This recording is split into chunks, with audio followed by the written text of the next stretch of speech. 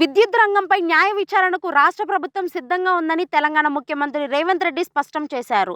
యాదాద్రి ప్రాజెక్టుకు సంబంధించి తనపై వస్తున్న ఆరోపణలపై సిట్టింగ్ జడ్జితో విచారణ జరిపించాలని మాజీ మంత్రి జగదీష్ రెడ్డి సవాల్ను స్వీకరించినట్లు సీఎం చెప్పారు. అసెంబ్లీలో సీఎం రేవంత్ రెడ్డి మాట్లాడుతూ యాదాద్రి పవర్ ప్రాజెక్టు సహా ఛత్తీస్గఢ్లో విద్యుత్ ఒప్పందం, భద్రాద్రి ప్రాజెక్టులో కాలం చెల్లిన సబ్ క్రిటికల్ టెక్నాలజీ వాడకంపై న్యాయ విచారణకు ఆదేశిస్తున్నట్లు తెలిపారు. ఛత్తీస్గఢ్లో విద్యుత్ ఒప్పందం లోపభూయిష్టంగా ఉందని, ఒప్పందాల వెనుక ఉన్న ఉద్దేశాలు బయటకు రావాలన్నారు. టెండర్లు లేకుండా ఒప్పందం చేసుకున్నారని, దీనిపై ఆనాడే మేము పోరాటం చేస్తే మార్షల్స్తో మమ్మల్ని సభ నుంచి బయటకు పంపారని గుర్తు చేశారు. ఛత్తీస్గఢ్ ఒప్పందంపై ఓ అధికారి నిజాలు చెబితే ఆ ఉద్యోగి హోదా తగ్గించి మారుమూల ప్రాంతాలకు పంపారని ఆరోపించారు. ఛత్తీస్గఢ్లో 1000 మెగావాట్ల ఒప్పందం చేసుకోగా దీనివల్ల ప్రభుత్వంపై 1,362 కోట్ల రూపాయలు భారం పడిందని స్పష్టం చేశారు. భద్రాద్రి పవర్ ప్రాజెక్టులో వేల కోట్ల రూపాయలు అవినీతి జరిగిందని ఆరోపించారు. భద్రాద్రి, యాదాద్రి పవర్ ప్రాజెక్టులపై న్యాయ విచారణ జరిపిస్తామన్నారు. వ్యవసాయ విద్యుత్ అనేది ప్రజల సెంటిమెంట్ అని, దీని ఆధారంగా ఒప్పందాలు చేసుకున్నారని తెలిపారు. వాటితో ఇండియా బుల్స్ కంపెనీకి లాభం చేకూర్చి రాష్ట్రాన్ని ముంచేశారని రేవంత్ రెడ్డి దుయ్యబట్టారు. 24 గంటలు విద్యుత్పై అఖిల పక్షంలో నిరనిర్జాన కమిటీ వేస్తున్నామని చెప్పారు. యాదాద్రి ప్రాజెక్టును ప్రారంభించి 8 ఏళ్లు అయినా పూర్తి కాలేదని రేవంత్ రెడ్డి గత ప్రభుత్వాన్ని విమర్శించారు. ఈరోజు ఎందుకు ఈ వాస్తవాలన్నింటినీ ముందల పెడుతున్నాము?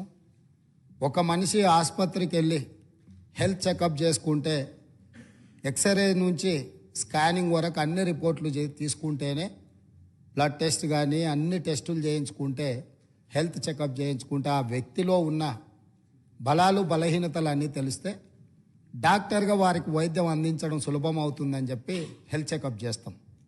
అట్లానే ఈరోజు విద్యుత్ శాఖను పూర్తి స్థాయిలో స్కానింగ్ చేసి వాస్తవాలను వారు ముందల పెట్టి, వారు తప్పులు జరిగిన వాటిని అర్థం చేసుకొని అవగాహన లోపం వల్ల జరిగిందా, ఉద్దేశపూర్వకంగా జరిగిందా, ఇవన్నీ ఒక చర్చలో బయటకు వస్తాయి.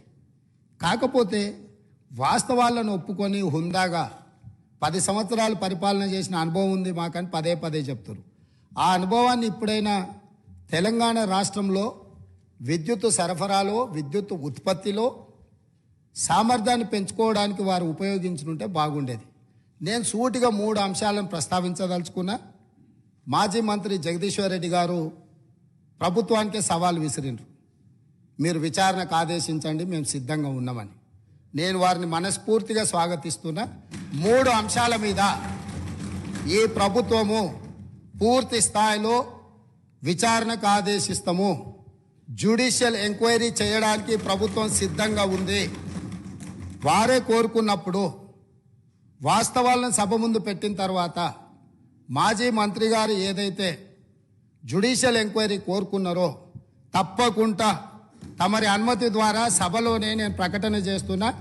3 అంశాల మీద జ్యుడిషియల్ ఎంక్వైరీకి మా ప్రభుత్వం సిద్ధంగా ఉన్నది అని చెప్పి ఈ సందర్భంగా తెలియజేస్తూ, ఆ 3 అంశాలకు సంబంధించి తెలంగాణలో కాలిపోతున్న మోటార్లు, పేలిపోతున్న ట్రాన్స్ఫార్మర్లు, ఆత్మహత్యలు చేసుకుంటున్న రైతులు, ఇది ఒక పెద్ద సెంటిమెంట్ విద్యుత్తు అనేది.